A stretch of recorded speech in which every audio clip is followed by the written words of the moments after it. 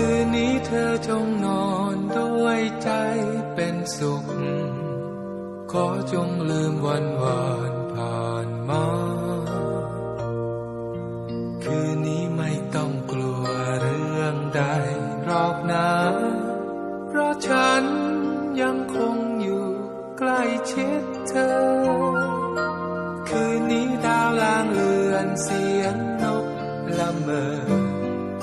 เสียงเรไรบรรเลงเรียกขวัญตัวฉันนั้นจะคอยดูแลป้องกัน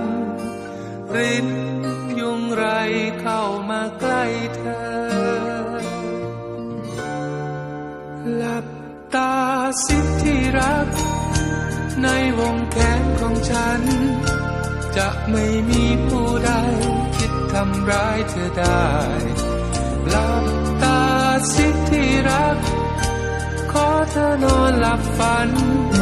เพื่อพรุ่งนี้ได้พบวันใหม่กับฉัน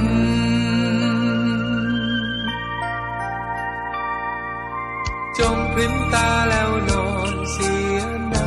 เจ้านอนเสียงเจ้าแมวเกเร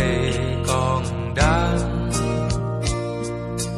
ฟังสิเจ้าจงฟังลืมเถิดความหลัง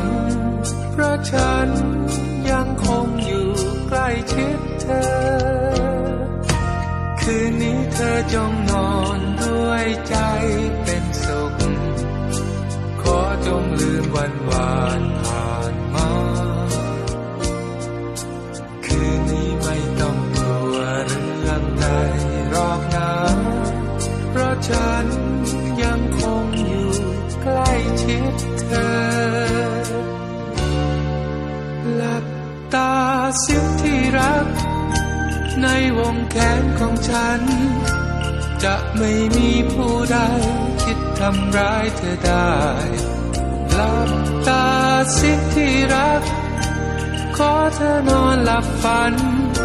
เพื่อพรุ่งนี้ได้พบวันใหม่